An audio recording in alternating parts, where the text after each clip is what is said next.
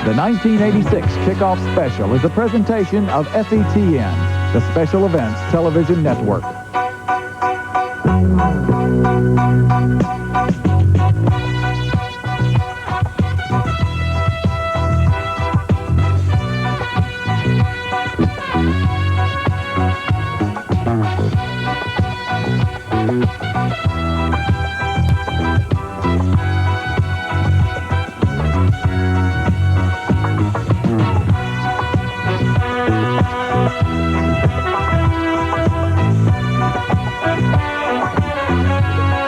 The 1986 Kickoff Special is brought to you by Goodyear, makers of the Eagle, the high-performance radial tire with the proper qualifications. And by Exxon, quality you can count on.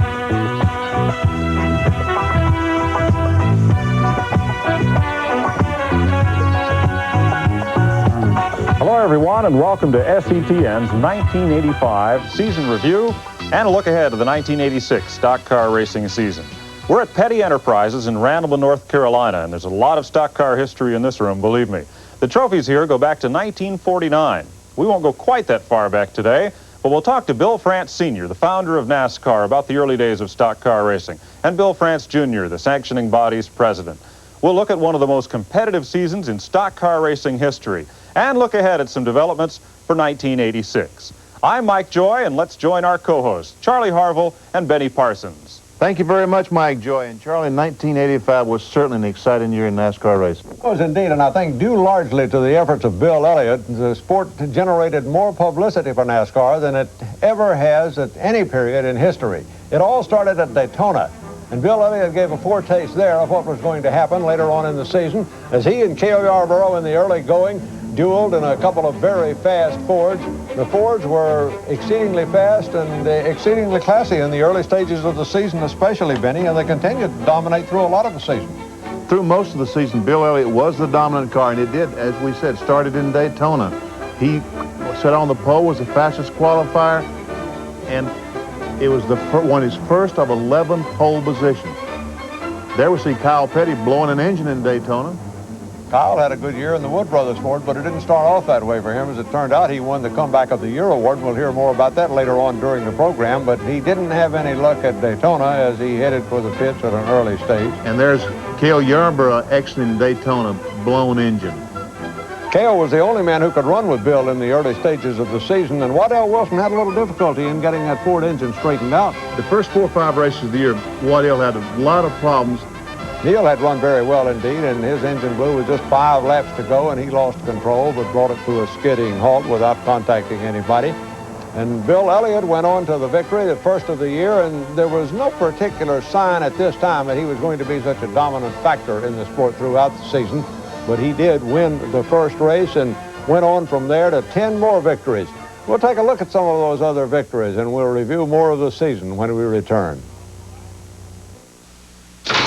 To fully understand how Goodyear Eagle high-performance tires alter the driving experience, we urge you to read the Special Operator's Manual before you drive. The information it contains may contribute significantly to the performance of the properly equipped car. Goodyear Eagles. The tires engineered for cars with the proper qualifications. In hard-driving NASCAR racing, driver Jeff Bodine relies on the same Exxon motor oil you can buy in stores. Exxon Uniflow, for the tough protection it takes to go the distance. Protection against grinding friction. Protection against searing engine heat. Get the same protection for your car, too. Exxon Uniflow, quality you can count on. Now, you can own your own above-ground swimming pool from Allgood Construction Company for only $995. A giant 16 by 29 feet outside dimension pool kit. Swimming area of 15 by 24 feet, including deck, safety fence, filter, pump, motor, vinyl liner, and swing-up ladder. While you're thinking of pools, make sure you check out the full line of above-ground and in-ground jacuzzi-equipped pools now at Allgood Construction Company. Imagine a luxurious, jacuzzi-equipped, all-aluminum Esther Williams pool with a carpeted deck in your own backyard this summer. It's just one of the beautiful Esther Williams above-ground pools by All Good Construction Company. And all work by us is carefully supervised and guaranteed to your satisfaction. Call now toll-free for this special offer. May be withdrawn at any time. 1-800-228-8000. Call anytime, day or night. 1-800-228-8000 to really put you in the swim of things. Benny Elliott's win at Daytona, tremendous as it was, well, that doesn't make a championship season. As usual, the winner of Daytona goes to Richmond, has problems. Bill Elliott had problems. If you're ready to run at Daytona, you're not ready to run on that short track yet, and Elliott wasn't ready to run on short tracks for quite a while. Darrell Waltrip was, though. He started on the pole at Richmond, and he led for the first 110 laps of the race and was dominant on that short track as he has been so many times since he started driving the Junior Johnson car. But it turned out that it wasn't his day to win either. Now we see Ricky Rudd, Richard Petty, Terry Labonte crashed down in turn one. Richard working on his own car. And there's the car. That's Neil Bonnet. He took over. When Darrell left, Neil Bonnet took over, and he had problems, hit the outside retaining wall. Hit it very hard, too, as I recall. A tremendous crash. And then Tim Richmond, who is a real battler, especially on the short tracks, took over the lead. And then he and Dale Earnhardt battled just like this. Oh, it was framming and bamming at Richmond. And Earnhardt won it, and first of his 4 short track wins over the season.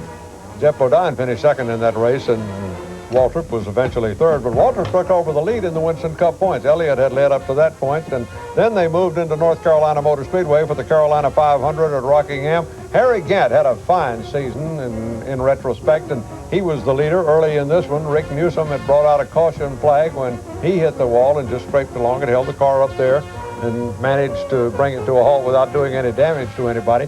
Rusty Wallace had a thrilling ride down the grass at Rockingham, and it was a bad day for Bill Elliott as it had been at Rockingham. He hit the wall and he was out for the day. He ran 281 laps and he finished 29th, which knocked him further down in the points, but we know that he was going to come back later on in the year. Not only did he crash hard and ruin his points standings, but he broke his leg in this accident and had to go to Atlanta a couple of weeks later with a broken leg. There we see some of the competition at the North Carolina Motor Speedway, 3 abreast down the front straightaway. That's a track full at that track. That was Terry Labonte and Neil Bonnet and Harry Gant. And here's the last lap, Charlie. One of the most exciting last laps I have ever seen in stock car racing, and this is for the victory, just a matter of inches. Neil Bonnet taking the win over Harry Gant. Terry Labonte right behind him. Quite a finish. And at this point, Lake Speed had taken over the lead in the Winston Cup points, the 3rd leader in the first 3 races. And then they moved to Atlanta International Raceway for the Coca-Cola 500, and I guess that Benny, Atlanta is Bill Elliott territory. Well, it was Cale Yarborough territory the first half of the race, but as we mentioned earlier, Waddell had problems with the engine.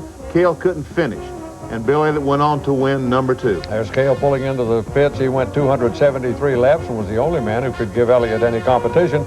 After that, it was Bill all the way. He had a 2.5-second margin over Jeff Bodine and Neil Bonnet, who finished 2nd and 3rd.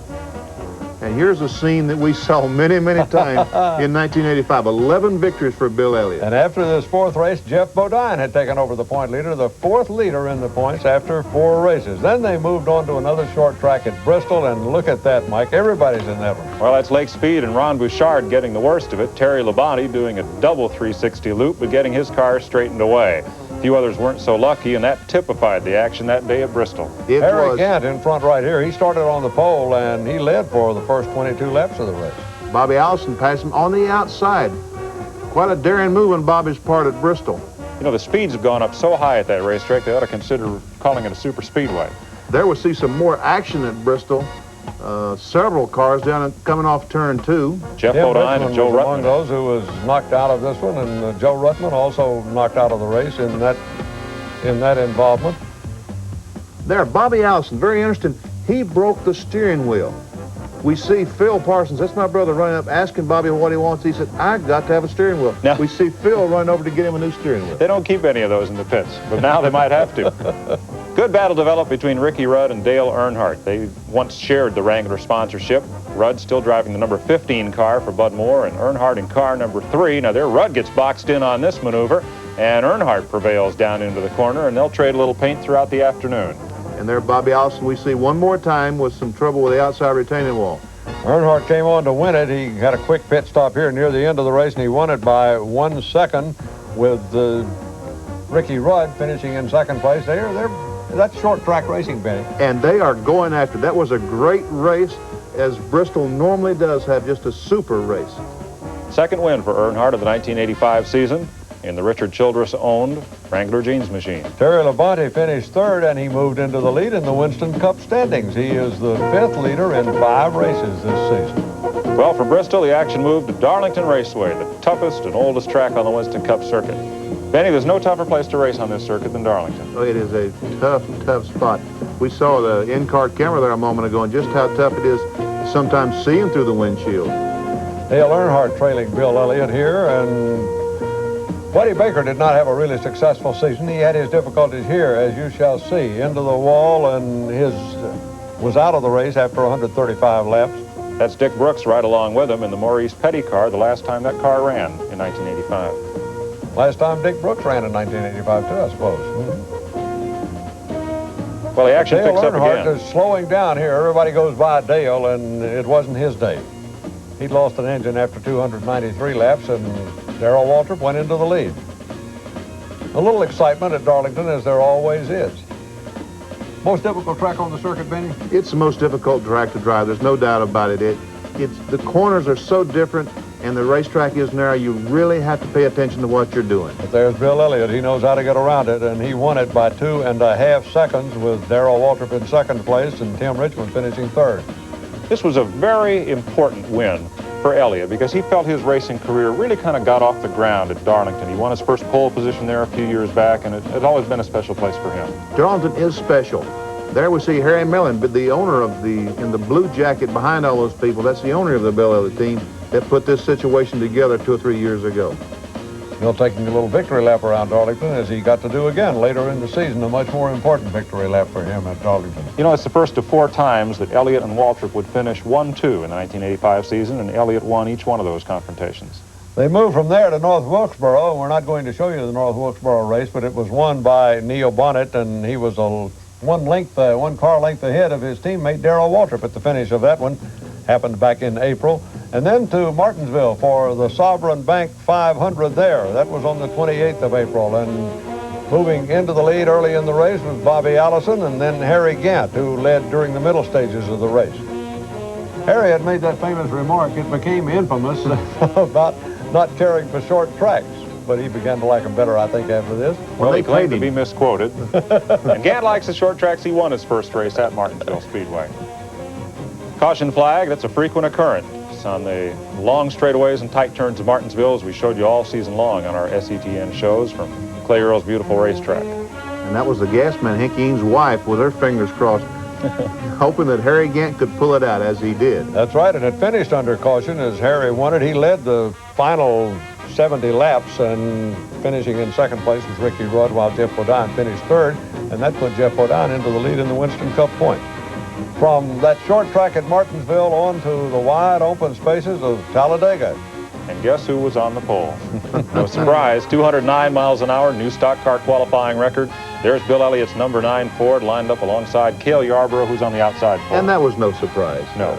The 2 Fords on the front row at Talladega. The only question was how fast would they go? That's exactly right. And we found out during the race that the number 9 T-Bird could go very, very fast. Didn't we, though? They had early trouble. They had to go into the pits, and they had to work on the car a little bit. They had a loose oil line, as I recall, which was dropping oil on it, but they fixed it. And then he had to catch everybody, and that was the most amazing exhibition I've ever seen of a car running all by itself. Elliott was nearly 2 laps down when he came off pit road after this stop, but he was lapping the track 1 second faster than the field. Made up that deficit and, of course, went on to win the race. All by himself, too. Wasn't drafting anybody, just moving along. As Charlie mentioned, it's probably the most awesome display that stock car racing has ever seen. Talladega, the Winston 500, 1985. Bill Elliott was unbelievable. Dale Earnhardt had his problems, so too did Darrell Waltrip, and that gave Elliott a boost in the Winston Cup points as he goes past Cale Yarborough. to win his 4th of 5 races on the superspeedways in the young season. That was the last man that he had to, Eddie Bierswald here spinning out, the last man that Elliott had to pass was Cale Yarborough, and he caught him and caught everybody else and won the race by 2 seconds after being almost 2 laps down. Kyle Petty battled Cale Yarborough for 2nd place at the finish. Good run for young Kyle, who really came a long way and had a fine day for the Wood brothers. That was a thrilling finish for him. Well, let's take us through Talladega, and so far it's been a tremendous season for Bill Elliott. But Waltrip said his season didn't even get started till the end of May. We'll look at that when we come back. The enemy. Rain. A mere 1/8 inch can float your car off the road. Thus the rationale for Vector, Goodyear's unique all-season radial. So advanced, its crisscross tread actually pumps away water to help more tire and your car stay on the road. You either have Goodyear Vectors or you need them. In hard-driving NASCAR racing, driver Jeff Bodine relies on the same Exxon motor oil you can buy in stores. Exxon Uniflow, for the tough protection it takes to go the distance. Protection against grinding friction. Protection against searing engine heat. Get the same protection for your car, too. Exxon Uniflow, quality you can count on. The Carolina Chevy dealers are on a roll with their big Washington's birthday sale. We're turning heads with 7.9% financing on the top Chevy S10, regular or maxi cab, with more available options than any pickup in its class. We're turning heads with 7.9% financing on regular pickups, too. Remember, 7.9% financing absolutely ends February 22nd. Hurry, prices may never be better. So head on over now while we're rolling out deals on all the new Chevys. You'll take good care of him, won't you? Just like he was my very own. Bye. A friend. Someone you trust to take care of the things that mean the most to you. Your Kanawha agent is that kind of friend, helping you ensure that your financial goals are taken care of. Talk to your Kanawha agent. He's a friend you can trust. Thanks a lot, pal. The Kanawha Insurance Company. Your friend for life.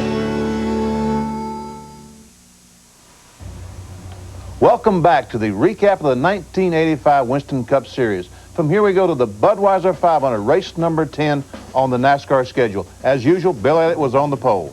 But it was a determined Jeff Bodine who jumped out with the early lead, taking command on the 11th lap and holding it until lap number 80 when Bodine came in for some service from Harry Hyde and his crew. Bill Elliott took over, and Elliott was a dominant force throughout this race, as he was in so many of the races of the 1985 season. Harry Gant had a good race. He ran in 2nd place throughout most of the day and eventually finished 2nd, but he never led the race. He finished 2nd with Kyle Petty finishing in 3rd position as Elliott went on to win it by 29 seconds. And Elliott also took over the lead in the Winston Cup points again. There's Bill and Martha Elliott enjoying victory lane, spraying some of that champagne around. Then it was to Charlotte Motor Speedway and for a new race on the tour, a non-point race, an all-star race called the Winston. For the year's previous winners and defending Winston Cup champion on the pole, there's Terry Labonte in 44. Only 12 drivers took part. In order to be in this race, you had to be the defending Winston Cup champion, or you had to have won a race in 1984. $500,000 for the 12 drivers with $200,000 to the winner, but it wasn't Elliott's day. It wasn't. Everyone thought that Bill Elliott was just going to add to his bank account. There's the only car that fell out of the race. Jeff Bodine had a problem, could not finish. The other 11 cars finished. There we see some exciting racing between Terry Labonte and Darrell Waltrip. Harry Gant had an excellent day. There was a mandatory pit stop. He's making it right now. You had to make at least one pit stop. Harry makes his stop. Labonte makes his. Well, Gant was the first of all the drivers to pit. And so as the race wore down, he had less fuel in the tank, but he also had slightly more worn tires than the rest of the field. Darrell Waltrip was one of the last of those drivers to pit, and he takes off after Harry Gant. It looked like Harry Gant was counting his money right there, but here on the last lap, Darrell Waltrip pulls alongside Harry and going in turn 3 passes him. And Darrell held on to win it, but he had a 125-mile engine in that car. He led to the finish line and got the checkered flag, but shortly thereafter, the warranty ran out. 125-mile engine expired. It certainly did. but it stayed there long enough for him to win $200,000, and it was the start of a great weekend for Junior Johnson and the crew and for Darrell Waltrip. There we see the other cars finish in the race, Bill Elliott and Ricky Rudd. Well, from then it was on until the World 600, the Sunday race, and the one that Bill Elliott really came to win, because that was the race. So we watched a happy Junior Johnson and his driver Darrell Waltrip celebrating their win in the Winston. The World 600 was the race that could pay Elliott $1 million. Winston had posted a $1 million bonus to any driver who won 3 of the big 4 races on the circuit. Elliott had won Daytona and he'd won Talladega. All he'd have to do to win the $1 million was either win this race or win at Darlington in September. And he got off to the right kind of start. He started on the pole and he led for the first 13 laps. The World 600, the following day, the day following Winston, and one of the great races of NASCAR's history. Not for Cale Yarborough. Not for Cale. He was in the garage early after just 19 laps. Still having that engine difficulty. It was a bad day for Buddy Baker, too, who has won a few times at Charlotte, but this time he was out after 59 laps. Oil leaked and got on the tires, and he hit the wall, and he was through for the day. But Bill Elliott, going past Dale Earnhardt here, taking over on lap 86 and moving ahead. Benny, interesting that of all the super speedway races thus far in the season, it's been Earnhardt, the best of the GM cars, to challenge Bill Elliott. It has been. The first half of the year, Dale Earnhardt's car was very, very strong. We saw Kyle Petty's had spun coming off turn 2. Here we see, this is the halfway. Barclays American has a run for the money. At halfway, they pay $10,000, and you can see Earnhardt was determined to take that $10,000 home. There we see Bill Elliott's $1 million go down the drain for his chance to win it this day. Elliott's out of brakes and coasts right on through his pit. Once, gets going again. Well, they look for him to come around twice. And the next time, they get not only the entire Coors Melling team, but just about half of pit road is out there leaning on that car. People out there. The first time they got him stopped, they got him stopped this time. It wasn't funny to Bill Elliott nor to his fans, because he was running for the $1 million in this race. The first chance that he had to win the Winston Million, the $1 million awarded. Caution out there for Kyle Petty, and then when we get back to green, again, it's Harry Gant. He's running back in the lead. Gant had a good weekend at Charlotte Motor Speedway, finished second in the Winston, and had a good run going here in the World 600. But he had to stop for fuel, for just a couple of gallons of fuel, but he had to stop. Darrell Waltrip did not stop for fuel, and he takes the checkered flag. Great weekend for Darrell. Wins both the Winston and the World 600. And he won the Sportsman 300 as car owner with Terry Labonte driving. Took home over $300,000 as a combined effort, his efforts as a driver and Labonte's efforts in his Sportsman car. It was a great weekend for Darrell Waltrip at Charlotte. Most importantly, it was his first win of the 1985 season. And for a team that's used to winning more races than anybody else in a year, Benny, that's a long time to go without being in victory lane. But the defending Winston Cup champion, Terry Labonte, had taken over again as the leader in the Winston Cup points after the first 11 races of the season as they started out to the west coast to Riverside. Riverside, California, the 9-turn, 2.5-mile road course. It was the young drivers of NASCAR up front. There's Labonte on the left side of your screen, Waltrip on the right, and Tim Richmond looking on as they head for the S's on lap number 1. Everybody keeps it pretty much on the pavement, but Labonte's road racing skills come to the front in a hurry. Boy, I tell you, the last couple of years, Labonte, Bill Elliott almost gets off the racetrack. There, Richmond is off the racetrack up in turn 6, takes a little shortcut. You can get off that racetrack and do that and pick up a little ground sometimes and pick up a little dirt, too, when you get off the racetrack. We see Harry Gant going in turn 8. He gets in the corner too hard, has to slam on the brakes. We see the right front tire slip and slide. Terry Labonte takes the checkered flag. And Charlie, even though Bill Elliott had won all but one of the super speedway races, there was still no clear-cut favorite to win the Winston Cup championship. Correct, Mike. It seems obvious now as we look back at the season, but at this stage of the season, Terry Labonte, the defending champion, was leading the Winston Cup points as they headed for the northern portion of the tour, starting at Pocono. It was Jeff Bodine's day up until the last caution flag, and then Bill Elliott came on like gangbusters and won again. This time, Elliott gets the champagne in his face instead of all over everybody else. Then on to the Miller 400 at Michigan on the 16th of June, and once again, it was Bill Elliott on a track that is suited for his car. He won by 13 seconds over Darrell Waltrip, and Cale Yarborough finished in third position in the Miller 400. Second straight Father's Day win for the Elliott team at Michigan. Yep, and his father George was there in victory lane with him, and Elliott now took over the lead in the Winston Cup points and continued to hold on to it for a while. There's a better shot of Harry Mellon, the car owner. We saw him just a moment ago. There is a better shot. On to Daytona, Firecracker 400. And as usual, Bill Elliott on the pole takes the green flag from pole position. But what a surprise in the winner of this race. Benny, you ever seen an upset like this? No, I never have. This 1985 was full of surprises. That's a surprise. Tim Richmond or Richard Petty. What a terrible, terrible crash. I thought that maybe Richard was hurt. I was in this race, and Richard sat in this car for a long, long time, but he finally did get out, just bruises. Elliott making a pit stop late in the race. We were talking about what an upset this was. Oh, I've never seen anything like 1985, Bill Elliott dominated, but here, Greg Sachs goes to Daytona, the first race for practically a new team, and wins the race. What they called an experimental car, one that they were doing research and development and getting ready for the Firecracker, and it was pretty successful research and development as Greg Sachs won the Firecracker 400. We'll continue with the season in a moment.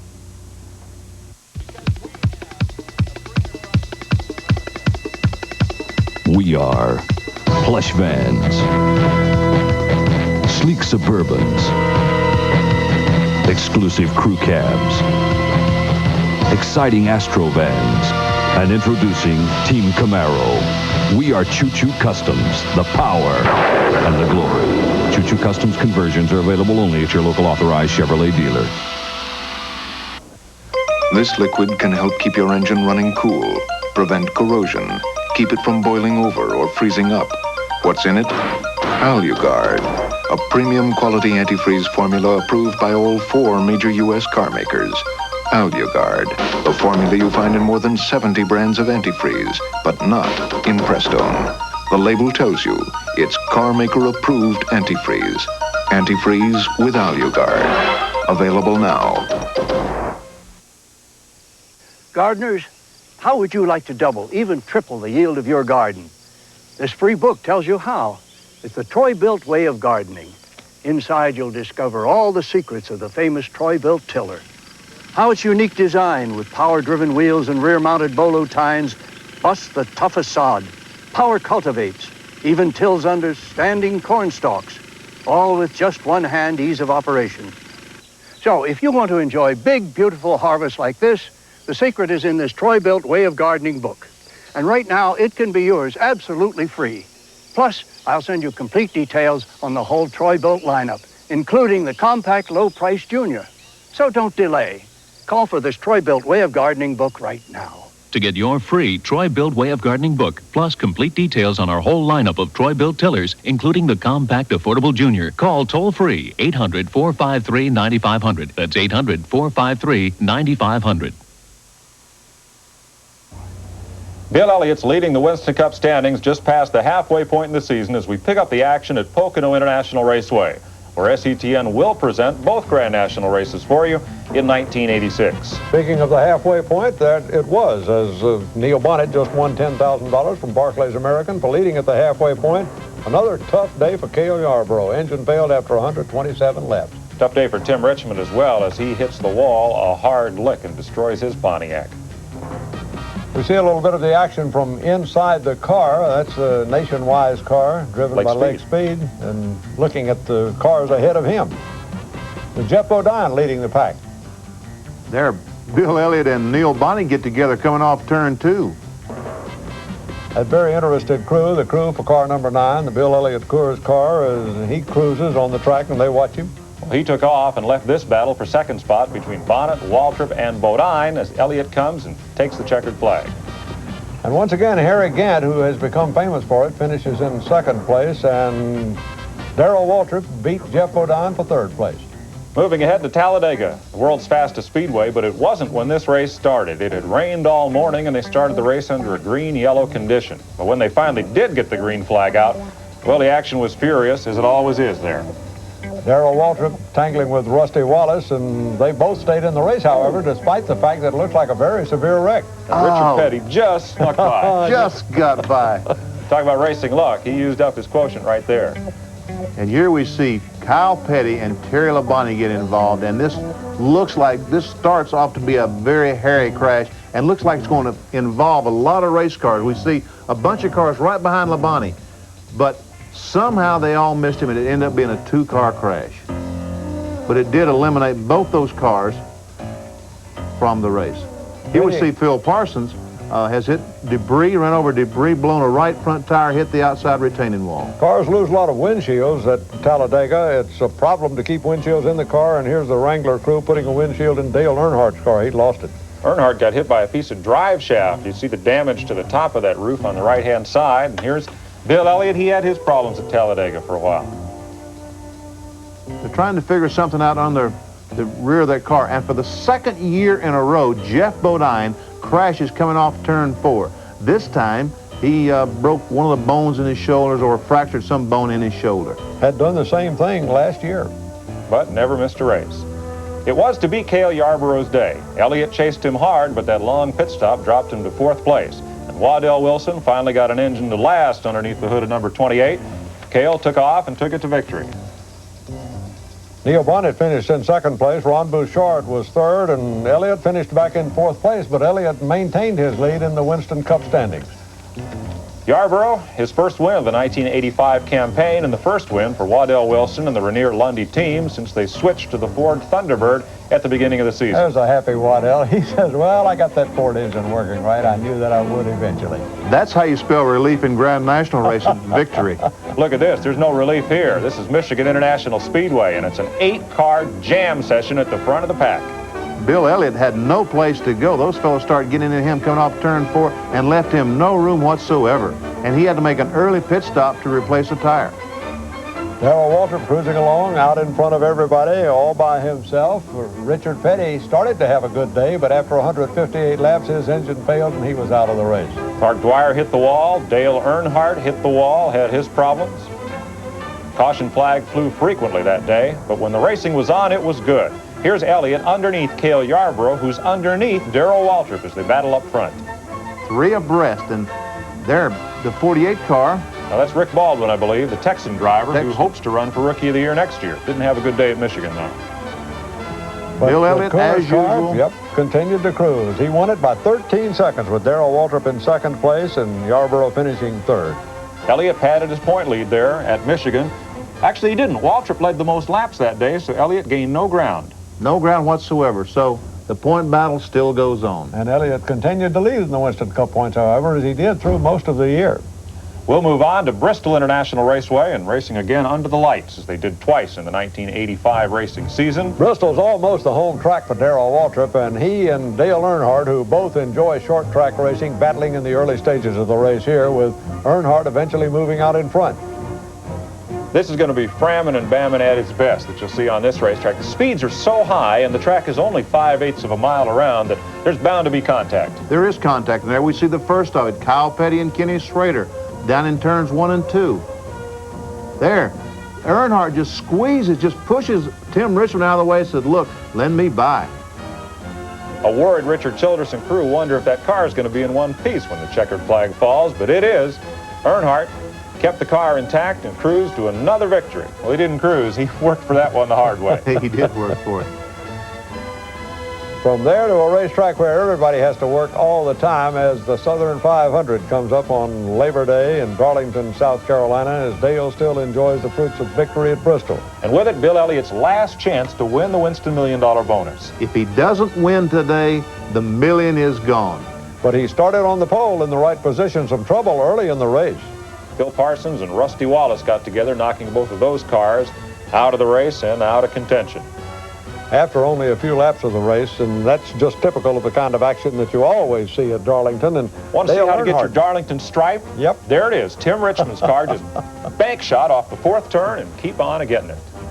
It looked like that Bill Elliott's day, he was not going to win his $1 million because there we see Harry Gant and Dale Earnhardt both took turns outrunning the number 9 car, but they were to have problems. There we see Dale Earnhardt spinning, coming off the 2nd corner. Harry Gant had engine problems. Here, Cale Yarborough in front of Bill Elliott blows a power steering hose. It looked like an engine. Elliott somehow missed him. Tim Richmond has the flyaway hood trick off his old Milwaukee Pontiac. They had to drop the caution and pick that one up. But when all was said and done, it was Elliott cruising to victory and the $1 million from R.J. Reynolds as the bonus for winning 3 of the Big 4 races. Cale Yarborough finishing second. He gave Elliott the hardest battle of anyone all day long, and Jeff Bodine finished in third place. And we're going to see a $1 million check awarded by Jerry Long of R.J. Reynolds to $1 million Bill Elliott. There he is. $1 million made Elliott the biggest winner in a single season in the history of motorsports. Well, Bill Elliott has won his $1 million. Let's let him spend it. We'll be back in a few minutes. To fully understand how Goodyear Eagle high-performance tires alter the driving experience, we urge you to read the Special Operator's Manual before you drive. The information it contains may contribute significantly to the performance of the properly equipped car. Goodyear Eagles. The tires engineered for cars with the proper qualifications.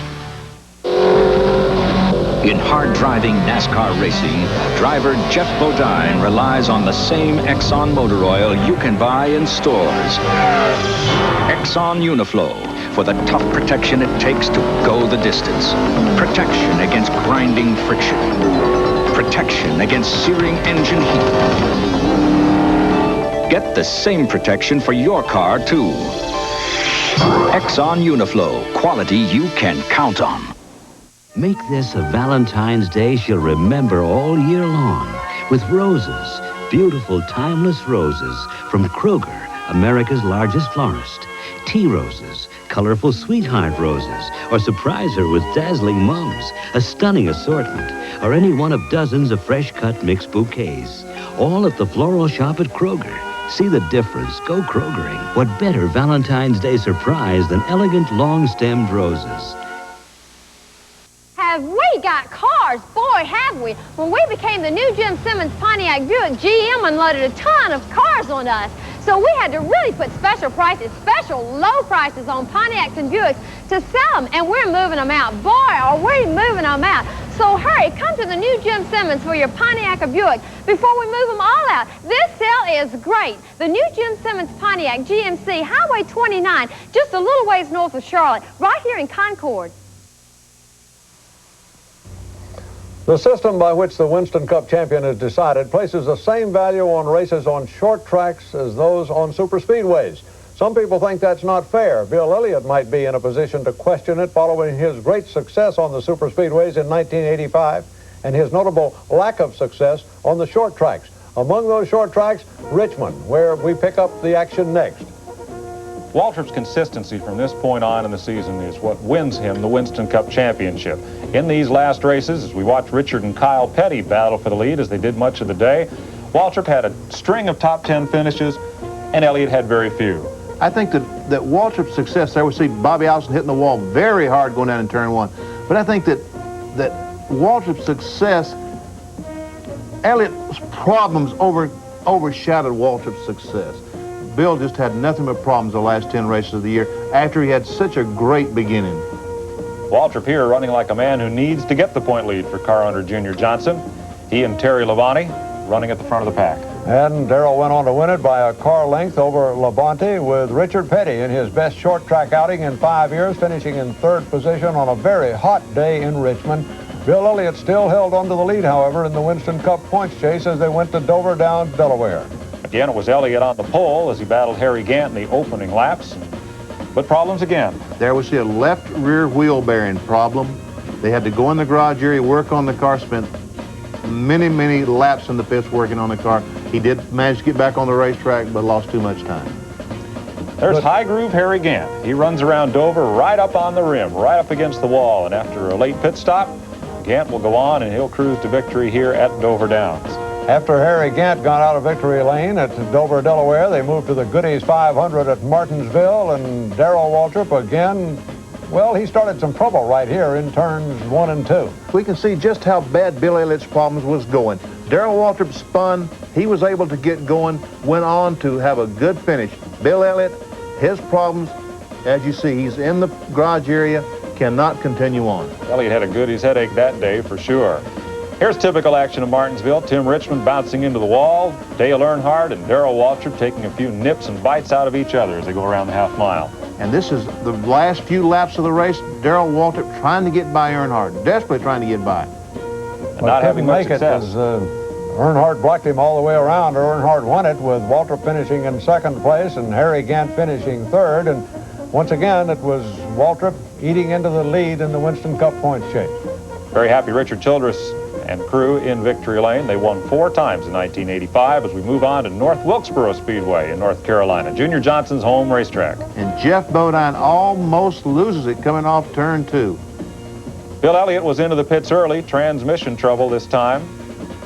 He would finish 30th of 31 cars in the field and lose the point lead.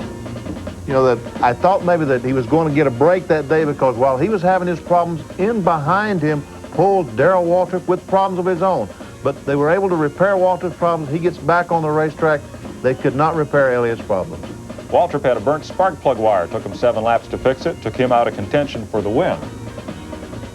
Dale Earnhardt and Harry Gant battling for the lead, and it was Harry Gant who was successful as he came on to win the race with Jeff Bodine finishing in second place. And Darrell Waltrip finished 14th, but he took over the lead in the Winston Cup points chase. Here's Waltrip and Bill Elliott battling again. 4 1-2 finishes, and they're battling now for the Winston Cup Championship and not just for the nationwide, or rather for the Miller 500 here at Charlotte Motor Speedway. Waltrip trying to win 2 in a row there, but his bid to win would be spoiled by one Cale Yarborough. Cale was tough, and it seems like Waddell has cured his problems. He had all kinds of engine problems earlier on, but now his engine is living, and Cale is doing a great job driving the car. So Cale went on to the victory and in victory lane. Darrell Waltrip tries to hold off Bill Elliott for the Winston Cup when we come back. The enemy. Rain. A mere 1/8 inch can float your car off the road. Thus the rationale for Vector, Goodyear's unique all-season radial. So advanced, its crisscross tread actually pumps away water to help more tire and your car stay on the road. You either have Goodyear Vectors or you need them.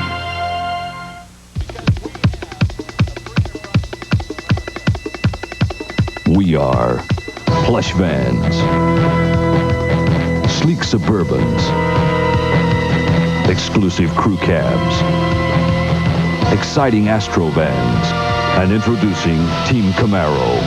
We are Choo Choo Customs, the power and the glory. Choo Choo Customs conversions are available only at your local authorized Chevrolet dealer. Homeowners, if you're tired of lawnmowers that bog down in heavy grass, stall out, and leave you frustrated, here's good news about a revolutionary new kind of mower from the makers of the famous Troy-built rototiller. It's the amazing Tough Cut High Wheel Mower, the fastest, easiest way to handle hard-to-mow lawns. Those big, easy rolling wheels are entirely self-propelled, perfect for mowing on rough and uneven ground, around difficult obstacles, even on steep slopes. Plus, the Tough Cut's powerful engine lets you tackle the tallest grass without bogging down or stalling. You can even take on tough, wiry field grass. And with a welded frame of solid tubular steel, the Tough Cut is practically indestructible. So why not do yourself a favor? For complete details, call toll-free today. For free details on the incredible Tough Cut mower, plus news of special introductory savings now in effect, call toll-free 800-453-9000. That's 800-453-9000. Welcome back to our recap of the 1985 NASCAR Winston Cup Series. After the Southern 500, Bill Elliott, having won his $1 million, it looked like he was a shoo-in for the Winston Cup, over a 200-point lead on Darrell Waltrip. But after the Miller 500 in Charlotte, North Carolina, Darrell Waltrip has the lead. 3 races to go. Can Bill Elliott do it? We go to Rockingham, North Carolina, the nationwide 500. Action early on. And Joe Ruttman is in it with Kyle Petty in an accident that sent 3 drivers to the showers early. But Rockingham's that kind of racetrack. It is a very tough racetrack. Today was new pavement. It ended up being a better racetrack than we've seen in Rockingham in a long, long time. But not for Bill Elliott. Once again, he's in the pits with problems. Richard Petty, and Bobby Allison got together on a caution flag, and Bill has to make a pit stop for repair damage. He got back on the track, however, and Richard Petty was still back on the track also, and Dale Earnhardt was racing with Petty and with Elliott as they blistered that brand new pavement. But the crashes were frequent that day as we watch Earnhardt slide up the racetrack. As coming off turn number 2, Cale Yarborough got into big trouble. He had a tire going down. Cale, one of the early leaders of the race, had a tire going down, spun coming off the second corner and hit the outside retaining wall very, very hard. Here he collects lake speed down on the inside. That's Tommy Ellis up next to Cale on his left. They get together, no place for those guys to go. Big wreck coming off the second corner. Darrell Waltrip was in the lead in the Winston Cup points chase at this stage and trying to protect that lead and trying to win the race also. Waltrip didn't make his presence felt until very late in the race as he battles Ron Bouchard for the lead. Terry Labonte comes sliding off the fourth corner. Terry got that car back underway, though. He was very fortunate in not hitting anybody, and he got it back in the race and stayed in the race and had a good finish. But it was Darrell Waltrip who came on to win it with Ron Bouchard in his best finish of the year, finishing in second place. Harry Gant was third, and Bill Elliott down in fourth place, dropping a few more points to Waltrip. Waltrip extended his margin in the chase for the Winston Cup. Darrell trying to win his third championship, while Bill Elliott was trying to win his first. And since Labor Day, Elliott's season had been beset with problems. Back to Atlanta, though, and that's definitely a Ford racetrack, and it's Bill Elliott's home racetrack. If Bill Elliott does not do well in Atlanta, his season is a total disaster, but he was up to the challenge. Ran very, very well all day. He and Cale Yarborough and Ricky Rudd, the Ford, as you mentioned, the Ford racetrack. Here's a Ford didn't have a good day. Kyle Petty as he tangles with Sammy Swindell, the sprint car champion, making a rare Winston Cup appearance. Elliott had another reason for wanting to win this race. It was going to be his 11th Superspeedway race of the year, his 11th win of the year, and that established a new standard. David Pearson had held the old mark. Elliott had nothing to lose and everything to gain by running to win in the Atlanta Journal 500, and when he did, and cut Darrell Waltrip's margin to just 20 points, heading for the last race of the season. And don't you know that he thought there was pressure all year, pressure in trying to win the $1 million, but now he's trying to win his first Winston Cup championship. And I know what that last race is like. He had 2 weeks to think about it, and Riverside is a Chevrolet, a GM racetrack. Here we see Phil Parsons up in turn 6, going down through the dirt, spins, and in all the dust, they can't see him. Tim Richmond runs right on the side of him. As we saw earlier in 1985, Terry Labonte runs at Riverside exceedingly well, and he did in this final race of the season also. Well, this race went to the young lions of NASCAR. There is one of them, Bill Elliott, as he sits in the pits with a broken transmission pin inside the transmission, losing his chance for the Winston Cup. But the young drivers held forth that day. It was Terry Labonte, it was Darrell Waltrip, who could now cruise to the Winston Cup championship, it was Jeff Bodine, and it was Ricky Rudd when it was all over. And you know, when Elliott, when he fell out of the race and the Winston Cup championship went away, I said, this is going to be a boring afternoon. But it was far from that. A great, great race between Ricky Rudd and Terry Labonte. Rudd had to win it to get car owner Bud Moore on NASCAR's lucrative Winner's Circle program and to get himself into the Winston All-Star race for 1986. Here's Rudd coming off the corner to beat Labonte for the victory, a win that over time will be worth, what, $250,000? At least $250,000, maybe $350,000. Darrell Waltrip won the Winston Cup, his third championship, and as he said, Benny, you can win a lot of races and you're always a winner, but when you win a championship, you're champion forever. It is forever. That's what's going to go down in the record books. Darrell Waltrip, Winston Cup champion, 1985, and all the rest of them. It is a very, very special thing, Mike. Waltrip was to receive the Winston Cup at the Waldorf Astoria in New York, and SETN's Dick Bergeron caught up with a new champion there. In the last 5 years, Darrell Waltrip has been the champion 3 times. Congratulations, Darrell. What are we looking forward to in 1986? Well, I hope some more of the same, other than I hope that we can win some more races. We had a very unusual year for us, only winning 3 Grand National races. Of course, we won the Winston race in Charlotte, but our consistency was the best it's ever been. We want to keep that up, obviously, but we also want to get those Chevys running a little bit better and try to win some super speedway races in 1986. Chevrolet will look different in 1986 than it did in 85. Do you think it's going to be a much faster car? No, I don't think it'll be any faster. I think it'll just be easier to drive. The car will be more stable in a draft, and the void area that we've had behind the rear window for so long has been filled up. There's going to be some interesting looking cars in 1986. The Chevy looks a little different, but some of the others are totally different and very unique and very unusual. So it'll be fun to see what happens. What can we expect to see Darrell Waltrip do in the Daytona 500? I'm praying, and I'm making all kinds of resolutions, and I'm asking for Christmas for a fast Monte Carlo, and I'm praying that I could win the Daytona 500. I need to do that badly. That's the 1985 Winston Cup champion, and we'll tell you more about what went on during the season when we return. When you hear all those claims about prices for new Toyotas, do you ever wonder, can I buy one for that? Well, you really can at the new Jim Simmons Toyota. You really can get that new Toyota car truck of your choice at the lowest price anywhere. And just to show you really can, when you buy that new Toyota, I'll bet you get the best deal. And you'll also get this beautiful watch and necklace set. You really can at the new Jim Simmons Toyota, Highway 29, just a little ways north of Charlotte, right here in Concord. For the very first time, we're taking you out for the evening. And our first stop as the sun goes down is the perfect place to start a night on the town. At Hardee's. Hardee's roast beef sandwich with fries and a large drink, just $2.19. Hardee's, where good people go for good food. Hair that looks like it's growing back from HRS. Call Hollins at 334-0691 for a free brochure today. The 1970 Plymouth Superbird, which Richard Petty drove, is part of the more recent history of NASCAR.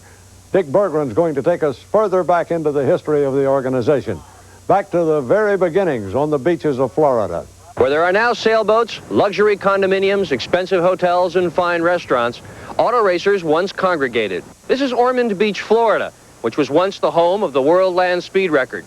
Sir Malcolm Campbell in the 1930s went over 330 miles an hour right on this same beach. But Ormond Beach is next door to Daytona Beach, and what makes it really famous is this is where Bill France landed, and this is where he began NASCAR and the Grand National Winston Cup stock car racing series that has become the most popular auto racing series in the world. On December 14th, 1947, a historic meeting took place at the Streamline Hotel in Daytona Beach, Florida. That hotel is now a youth hostel, but will go down in history as the birthplace of NASCAR. Back in 1947, Bill France ran some races here at Daytona, and he also ran the bar here at the Streamline Hotel. And back in those days, France thought that stock car racing was mostly populated by moonshiners and high rollers. He thought it needed some organization, some sense. He wanted to put insurance policies into stock car racing. He felt guaranteed purses were important, so were point funds. And most important, he felt that the rules should be enforced. They should be described carefully and everybody should stick by them. Red Voigt, a speed shop operator from Atlanta, said, "This all sounds like a good idea. Let's call it NASCAR." And they did. And this became the birthplace of modern-day stock car racing. In the 1930s, when the speed trials were run on the old Ormond Beach facility, the main object was to try to make the thing as flat as possible. They'd wait for the right tide situations and then go up and down as best as possible. Things have changed. There's nothing flat about the Daytona Speedway where they race now. I can, in fact, just about manage to stay up here on the 31-degree banking. And I think they go whistling by here at well over 200 miles an hour. How steep is the banking? Watch a pop can go down.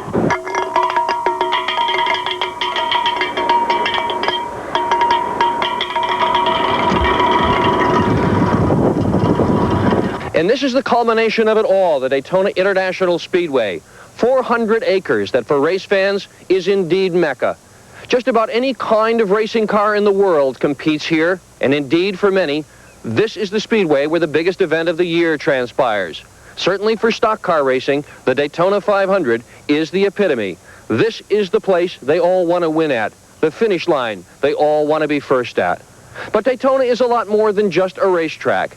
It's also the center of NASCAR. Their main corporate headquarters are here, as well as the corporate headquarters of the International Speedway Corporation, which runs not only this facility, but several others as well.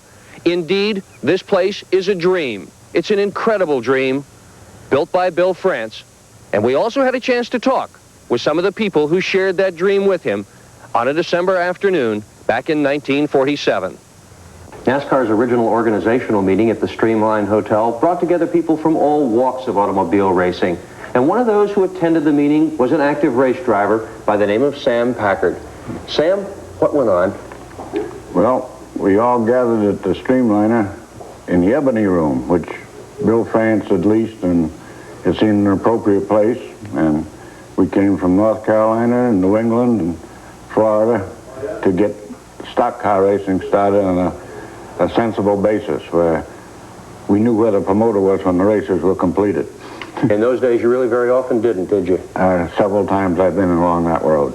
Now, was Bill France at the time a well-recognized racing figure, or was he just beginning his career? Bill drove sprint cars and everything in the Washington area. Then he moved down here and he competed on the beach. And he was well known. He was just, coming into his own here in Daytona area. But he was promoting, and he was a known figure in the racing field. What were some of the things that were discussed at the original meetings? Well, first of all, we elected members, and the president, the vice president, and then the specifications of the cars that we were going to run, and the payoffs. That was a general idea of it. You raced before NASCAR. What was it like? I started running in '37 with the midgets, and it was very poor pay. It was a lot of fun. We enjoyed it. We went all over the country. I came down here to get out of the snow, and we raced in Miami and West Palm, Savannah, and we made sandwich money and a little beer money. How about the stock cars? In the early days, what was that like? It was a garage man's hobby. There was a very, very few people that had any money in it, and it was just every man for himself. And you got there first with the mostest. You raced at the old Lonsdale Arena. How many cars would show up for a race? I have seen as many as 150 cars show up. We used to get there at 7 o'clock in the morning to put our car in line to be sure we made the show that night. And they were all really stock cars back then? Very much so. Are you surprised at where racing has gone today? It's gone right out of my category. And I can't imagine the monies that the people are making today and investing today compared to what we did. But it's not, it's a rich man's sport today. And advertising and so forth has really put an awful lot of money into it. It was also much more dangerous in the 50s, wasn't it? Yes. We had nothing, no roll bars. We had a seat belt, and that was it. And when you got upside down, you usually got hurt. Not seriously in a stock car, but when we put the roll bars in it and everything like that, then it became a little safer. And then NASCAR ruling really helped it. That really put the safety, especially when we went to the super speedways. Now, when you were racing, Sam, you got upside down more than a few times. Did you take your lumps, too? Well, I had 27 broken bones in the career. And I don't eat peanuts anymore. That's still bad luck for you. No, I have no teeth. No, everything's, that's part of the game. And as long as I'm still here, I don't mind it. And you're lucky to be here. Oh, I don't know. I planned it that way. Good for you. And how good a driver was Bill France Sr.? I'm not going to put my foot in that one. He was pretty good with the stock cars. I never did run with him with sprint cars. I know that he finished up very high in the stock cars, especially down here at the beach. I know he finished second, I believe, one time. Now, you raced on the beach, Sam. What was the course like? It was one of the most fun courses I ever been on in my life. You started down the beach and then through the sand dunes up onto the old A1A, which was a 2-lane rough asphalt road, down the beach and back through the sand, down the backstretch, down through the sand dunes, back onto the beach again. And between the beach and the road, it dug up very, very bad. In the corners? In the turns. And you were in holes, you bounced 3 and 4 feet in the air. And if the car stayed together, you made another lap. And On the back stretch, there were some bumps. You come down there and you'd go airborne. And when you run 100 miles an hour with a man 6 inches away from you and you're both in the air, it makes for a very exciting race. I guess it might. What would racing be like now if Bill France hadn't started his organization at the Streamline Hotel? Imagine somebody else might have thought about it. Because progress is going to take care of that, I'm quite sure. But he's been important as an individual, has he not? He's been the leader. He's done a fabulous job. I think young Billy and everything's taken over where Big Bill left off, and they're carrying it on just as well as he did. He's still in the background, though. He isn't going to give up. When racing at Daytona moved from the beach to the superspeedway in 1959, Lee Petty won this trophy and $12,000 in the first Daytona 500. This trophy's real silver, and it's a lot heavier than the one that Bill Elliott took home this year. But then again, that bag of money Bill Elliott took home this year was a lot heavier than Lee's $12,000. We'll be back with the founder of NASCAR, Bill France Sr., after this. This liquid can help keep your engine running cool, prevent corrosion, keep it from boiling over or freezing up. What's in it? Aluguard, a premium quality antifreeze formula approved by all 4 major U.S. car makers. Aluguard, a formula you find in more than 70 brands of antifreeze, but not in Prestone. The label tells you it's car maker approved antifreeze. Antifreeze with Aluguard. Available now. When the big Q flows, America goes. Hey, that truck runs, a Fisher & Son doesn't. Only gets the big Q. Quaker State. Well, you can depend on number 1. Fuel pop, they start with Pennsylvania grade crude. Nothing like Quaker State. It's a one-of-a-kind formula. Stable viscosity, keeps the oil flowing, protecting, no matter what. No substitute for quality. I got 2 great partners. Quaker State. The big Q stands for quality. Always has, always will. Now, you can own your own above-ground swimming pool from Allgood Construction Company for only $995. A giant 16 by 29 feet outside dimension pool kit. Swimming area of 15 by 24 feet, including deck, safety fence, filter, pump, motor, vinyl liner, and swing-up ladder. While you're thinking of pools, make sure you check out the full line of above-ground and in-ground jacuzzi-equipped pools now at Allgood Construction Company. Imagine a luxurious, jacuzzi-equipped, all-aluminum Esther Williams pool with a carpeted deck in your own backyard this summer. It's just one of the beautiful Esther Williams above-ground pools by Allgood Construction Company. And all work by us is carefully supervised and guaranteed to your satisfaction. Call now toll-free for this special offer. May be withdrawn at any time. 1-800-228-8000. Call anytime, day or night. 1-800-228-8000 to really put you in the swim of things.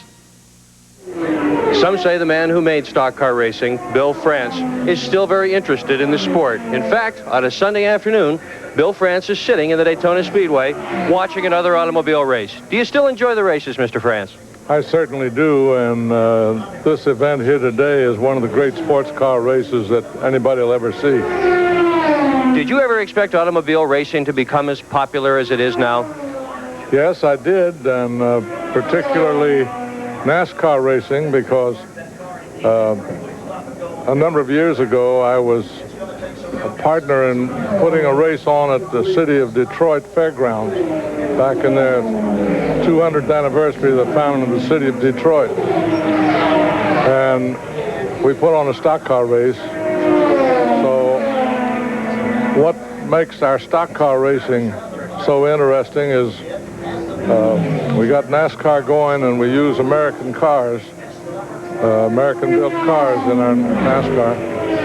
And Harley Earl, who was one of the men in charge of design and styling of General Motors at that time, told me, he says, Bill, what you're doing with this stock car racing is great, because you'll always get a big crowd, because everybody up there just about has got a rooting interest in somebody. In other words, somebody owns a Chevy, they're going to root for the guy driving a Chevy, or if somebody owns a Ford, it's vice versa, or a Chrysler the same way, see? But, you know, that's people that are in the grandstand watching it do have a rooting interest of what's going on out on the track. The cars have obviously gotten very sophisticated over the years. How about the drivers? Have they changed? No, I think the drivers probably are more experienced because we have a few more events for them to run in now than we used 2 years ago. But the automobiles have improved a great deal since those early days because the manufacturers have done a great deal of testing to make their cars more durable. And I think the automobiles that the people buy today are better than they were when they bought them 20 years ago. Because of automobile racing? Because of NASCAR's motorsports division, that's right. It's gone a long way, hasn't it? Winston Cup racing, now the most popular series in the world, a $2 million winner this year. What can we look forward to in the future? I have no idea. I just hope and pray that I'll be around here to watch it. I'm 76 now, and I still enjoy it. So I'm hoping to be around here for a lot longer time. The early days were certainly exciting. There was new ground to be broken everywhere, and Bill France Sr. broke it beautifully. But times have changed. NASCAR is on a solid footing now, and the reins for all of this operation have been turned over to his son, Bill Jr. And we'll talk with him in just a moment.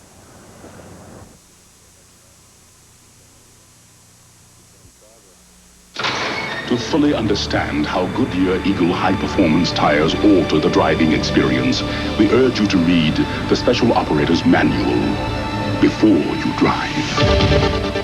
The information it contains may contribute significantly to the performance of the properly equipped car. Goodyear Eagles. The tires engineered for cars with the proper qualifications.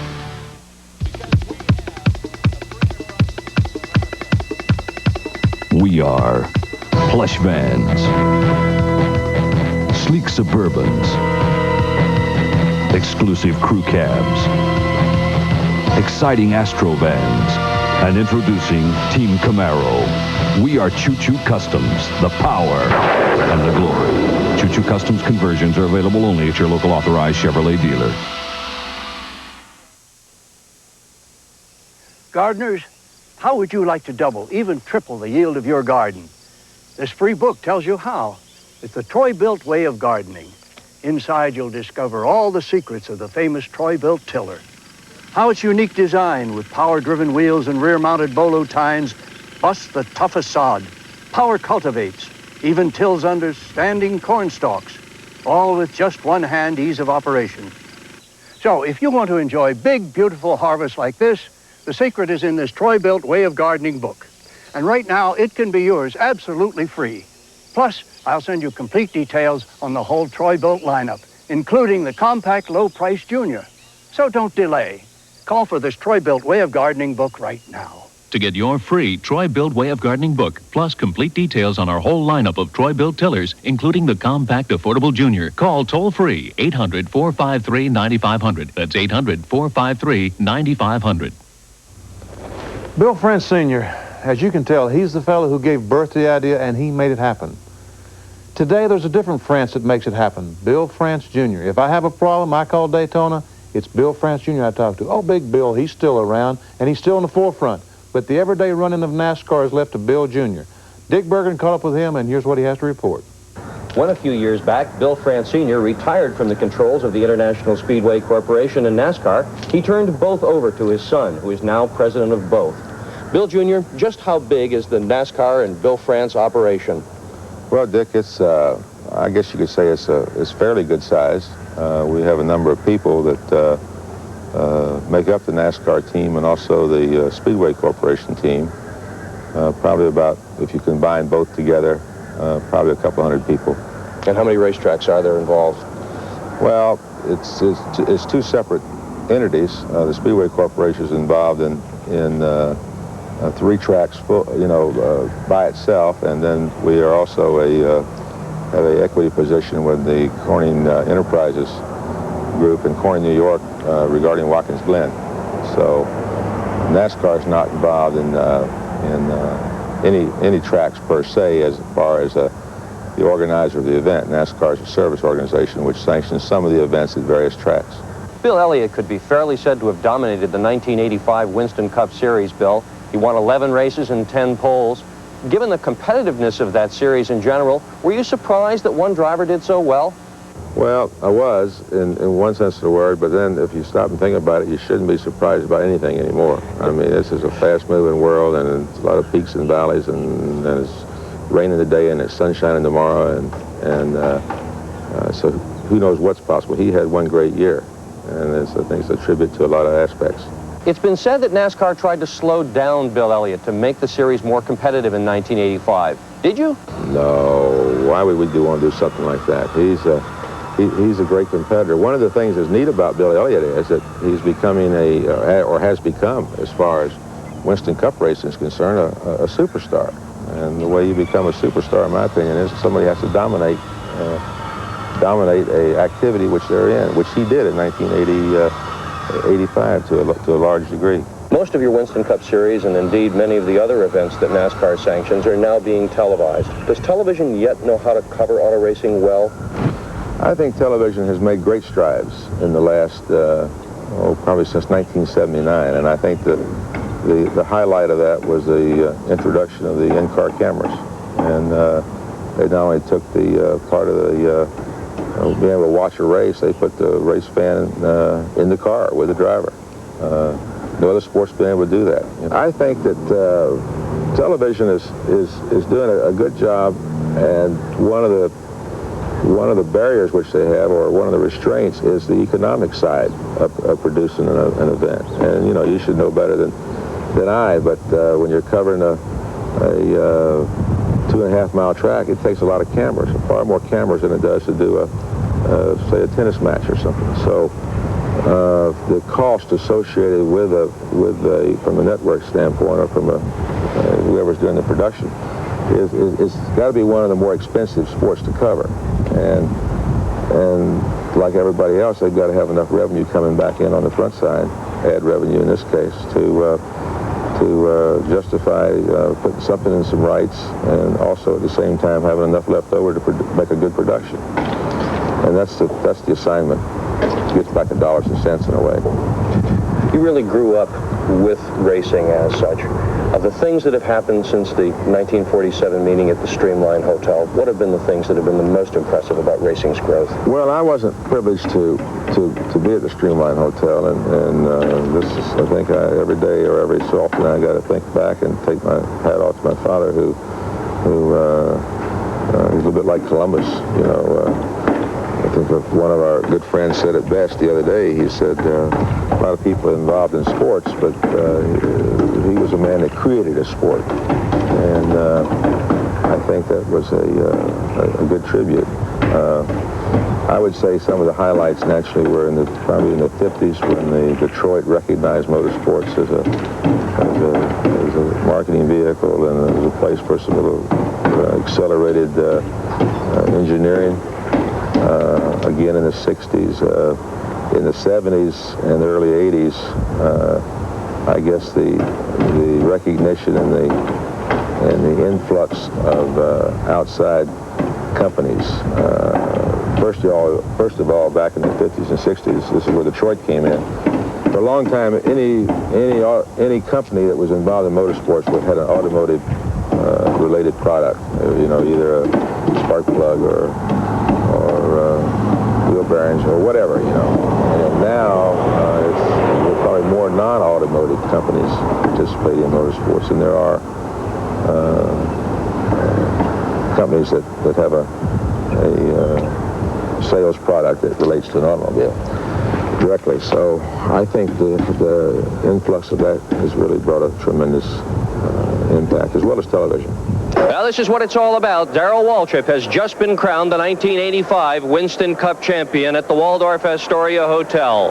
Over $1,750,000 in prize money was passed out here for points and for special funds alone. That's a drop in the bucket in contrast to what 1986 will bring, when R.J. Reynolds will post $2 million in the point fund all by itself.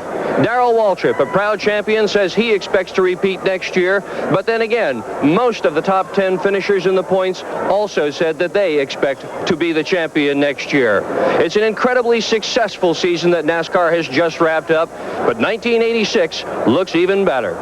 It's obvious that NASCAR has come a great distance in the past few years, but looking at the programs in 1986, the programs that are eligible for the drivers to win, it looks like the future is even brighter. Don't you think, Mike? I do, Benny. Over $10 million was paid out to Winston Cup competitors in 1985, and Charlie, that picture brightens considerably for next year. Yes, the Winston Cup Point Fund alone raised from $750,000 this year to $2 million next year.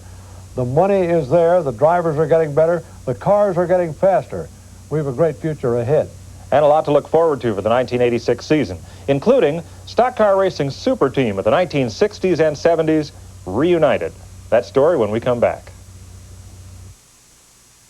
When the big Q flows, America goes. Still beautiful, Dad. Took your brother through college, take you wherever you want to go. On Quaker State. Right. Smooth oil flow is what you want, protects the engine. See, Quaker State starts with Pennsylvania-grade crude, delivers stable viscosity. You get great protection with the Big Q. Hey, how come you know so much? From listening to you. Quaker State. The big Q stands for quality. Always has, always will. This liquid can help keep your engine running cool, prevent corrosion, keep it from boiling over or freezing up. What's in it? AluGuard, a premium quality antifreeze formula approved by all 4 major U.S. car makers. AluGuard, a formula you find in more than 70 brands of antifreeze, but not in Prestone. The label tells you it's car maker approved antifreeze. Antifreeze with AluGuard. Available now. Hi, I'm Vicki. Where's the world's greatest resort? Watch this, then stay tuned. I'll be back in a minute with a free offer. Daddy's got a new job. Maybe he and Mom forgot what childhood means. I'll never meet Mickey Mouse. Maybe we'll go. Hey, little girl, do you think that no one cares about your dreams? Daddy's working. That's what you think. These are times you'll always treasure. Now your dreams come true. Sharing all the fun together. It's Mickey. Together at Disney. Hi again. Right now, rooms are available in the famous Walt Disney World Resort hotels. Call this toll-free number, and we'll show you more in this 28-page vacation magazine, yours free. It's filled with the rooms, recreation, and fantasy of the world's greatest resort. Call this toll-free number now. The rooms, the fun, and your free magazine are waiting. The buildings are different now, and there are more of them, filled with the most advanced machinery and electronic equipment available in these days of scientific racing development. But the site is still the same, Randolph County, North Carolina. And nearby is the house in which Richard Petty was born in the days when his father, Lee, was one of the great drivers of the early years of NASCAR racing. It was from this building in 1958 that Richard took a convertible down to Columbia, South Carolina, and entered his first race. Early next year, he will become the first man in the history of the sport to run in 1,000 Winston Cup races. Along the way, he has become a part of the history of the sport. He learned to drive by racing, and in 1964, won the first of an unequaled 7 Winston Cup championships. Now his victories total an even 200, a figure reached when he won the 1984 Firecracker 400 at Daytona, as President Ronald Reagan and thousands of spectators cheered him on. He has been a vital part of NASCAR history, the king of southern speedways, but there has not been a victory for more than a year. Now he returns to Level Cross in Randolph County, North Carolina, and this family racing establishment to supervise the building of his own cars. He's joined by his cousin, Dale Inman, who was his crew chief for more than 180 of his victories. Can they recapture the old glory? Can they win again? Can a brand new team, even with veteran people, be successful, Dale? Well, Charlie, we are very much veterans, but there's a lot happened since me and Richard has not worked together, you know. But a lot of the teams have got stronger, but Richard's got a real desire to run, and I've got a desire to win, and with that combination, I think we can do real good. You left a team that was established and won the Grand National Championship under your leadership. How do you feel about coming back to a new operation like this? Well, I guess it's just another challenge. It seemed like every year I put myself in a different situation. We had a real good year with Terry in '84, won the championship, and things just didn't go well in '85. And during all that time, Salvino with SDP and Steve Tucker with SDP and Richard, they was after me continuously to come back and help get things off the ground. And then when Petty Enterprises did close completely down, I thought that was kind of sad because a lot of us worked real hard here. And I guess it was just kind of that the timing got right, and me and Richard got together with a deal that we thought we could put together a winning combination, and hopefully we can go to Daytona and win the Big 500. All right. Now, what specifically is your job with this team? What do you do? Well, I'll empty the trash cans if I have to, Charlie. It's organizing people and getting people headed in the right direction, getting good people and keeping them pacified and just keeping things lined up, and hopefully we can get everything to the racetrack and win races. I want you to show me the kind of car that you're building. Charlie, this is our new Pontiac. Basically, we're trying to catch the Fords. Detroit went to work with their new Pontiac, and this is a stock bumper. It's just like the Grand Prix from '81. They modified the nose from here up, and it fits right on the same hood and everything, so it's just an alternation of the front end here. They've had it in the wind tunnel, but it's definitely not proven on the racetrack yet, and then the Ford is, so that still leaves us behind to a certain degree, and hopefully it'll handle and drive good in the wind. As we go down here, this car here we got for Daytona, we narrowed the tread width up a little bit, and to try to keep the bubbles off of the fenders here and keep it as flat as we can down the side. Of course, NASCAR's got a template that we have to meet here on the door, but the fenders is not that critical because they know we've got to have clearance to the tires, and that's where we keep the bubbles as small as we possibly can. Before you go back to the back end, what about that windshield? You've got a lot of reinforcement there. Charlie, for Daytona and Talladega, with the speeds that we run, especially Talladega, they seem to knock out 2 or 3 windshields each race, and we're blocking, trying to square it off, where if we do have a hole here, we could get it squared off in this area and keep it from caving in and all this. Of course, NASCAR requires 3 straps. I think we got about a dozen in this one, and if Richard can see out, he'll be lucky, but that's the way we're going to start, and if it hinders his vision, we'll start taking straps out. And of course, this is the major change in the car. They come with a new back window, and that's about as streamlined as we can get on the Grand Prix that they previously had, and of course, in probably in another 2 or 3 years, they'll go to a smaller car. Folds right down into the rear end here. That's really a fastback design. It certainly is. What's back here? Well, we got our fuel cell back here, and of course our oil tanks back here. And this is a neat little trunk here that I didn't get hooked, but we carry an oil tank over here. Of course, the fuel cell's in here. We got an oil filter in here, and it's going to make it a little bit tighter to work on. But if this thing helps us on the racetrack, we'll take a little bit of extra work. I can see that you're busy, Dale. How many people do you have working here? Charlie, we got about 15 people working here, and then, of course, the Secretary of Health makes about 17. And you've got to worry soon about another kind of car also. What about the new LR series, the left-right that's coming up, road racing? Well, Charlie, right now we're interested in 86, but that is in the back of our mind, and they're busy right now trying to get the rules sorted out, so a man can't do a whole lot of work until they give you something concrete to work on. And I guess the problem that they got with the LR car is that they want it lighter than what we can get it using the running gear and everything that we have under the car. They want to use basically what we got and get to about 1,500 pound off in the car, and that's going to be rough to do. But there is ways that we can do it using a smaller car with coil-over shocks and rack and pinion steering and stuff like that, but as of right now, they hadn't okayed it. That's a new dimension that's ahead for NASCAR, and it won't be long before we see these cars or similar cars on road courses. But right now, Dale Inman and Richard Petty and everybody at Petty Enterprises is interested in only one thing, the beginning of the 1986 Winston Cup season and Daytona.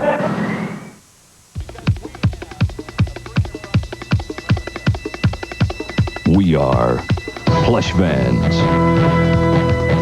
sleek Suburbans, exclusive crew cabs, exciting Astro vans, And introducing Team Camaro. We are Choo Choo Customs, the power and the glory. Choo Choo Customs conversions are available only at your local authorized Chevrolet dealer.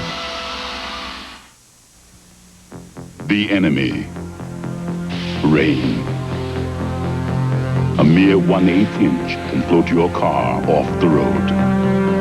Thus the rationale for Vector, Goodyear's unique all-season radial. So advanced, its crisscross tread actually pumps away water to help more tire and your car stay on the road. You either have Goodyear Vectors or you need them. The Carolina Chevy dealers are on a roll with their big Washington's birthday sale. We're turning heads with unbelievable discounts on Chevy Sprint, Chevy's Japanese import with the highest gas mileage rating of any car sold in America. We're turning heads with great deals on Chevy Spectrum, the quality Japanese-built import. Chevy Sprint, Chevy Spectrum, the best of both worlds at a Chevy price, and the price may never be better. So head on over now while we're rolling out deals on all the new Chevys. You'll take good care of him, won't you? Just like he was my very own. Bye. A friend. Someone you trust to take care of the things that mean the most to you. Your Kanawha agent is that kind of friend, helping you ensure that your financial goals are taken care of. Talk to your Kanawha agent. He's a friend you can trust. Thanks a lot, pal. The Kanawha Insurance Company. Your friend for life. Having watched this show for the past hour or so, it's obvious 1985 was a banner year for NASCAR Winston Cup racing, highlighted by Bill Elliott winning $1 million. Never before has so much attention been focused on our sport as when Elliott did this. Jack Ingram won his 5th Busch Late Model Sportsman National Championship. That's a record. But for NASCAR modified fans, the season ended not in triumph, but in tragedy. Richie Evans of Rome, New York, had already clinched his 9th Modified Driving Championship. That's a record among all divisions of NASCAR. In practice for the last race of the season at Martinsville, Virginia, Evans' orange B.R. DeWitt-sponsored number 61 NASCAR Modified went full throttle into the wall between turns 3 and 4, crashing violently and ending the life of one of the sport's most prolific drivers. Evans raced hard, he partied hard, and no one would deny that he got the most out of life. No one will deny that this sport will very terribly miss Richie Evans, NASCAR Racing's only 9-time champion. Coming up on SETN, a full season of stock car racing. Grand National racing from Rockingham, from Pocono, from Martinsville, and from Richmond. Modified and late model racing from Martinsville as well. Going to be quite a year. I'm looking forward to going back to Pocono. It'll be the first time SETN has been there, and it's something new for you at Pocono, too, Benny. Yes, I'm going to try my hand at doing commentary from inside the race car. I'll have a radio, and I'll be talking to you upstairs. Under green? No. On color. Now, that would be a tall order. We'll look forward to it. Check your local listings on SETN for the time and date of our telecast all season long. For Dick Berggren, Benny Parsons, and Charlie Harville, this is Mike Joy. It's been a pleasure being with you as we look back at 85, and we look forward to 1986. The 1986 Kickoff Special has been brought to you by Goodyear, makers of the Eagle, the high-performance radial tire with the right qualifications. And by Exxon, quality you can count on.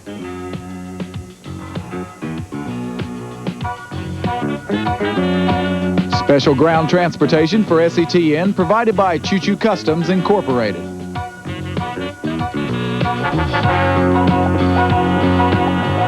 Executive producer for SETN is Jim Wigglesworth.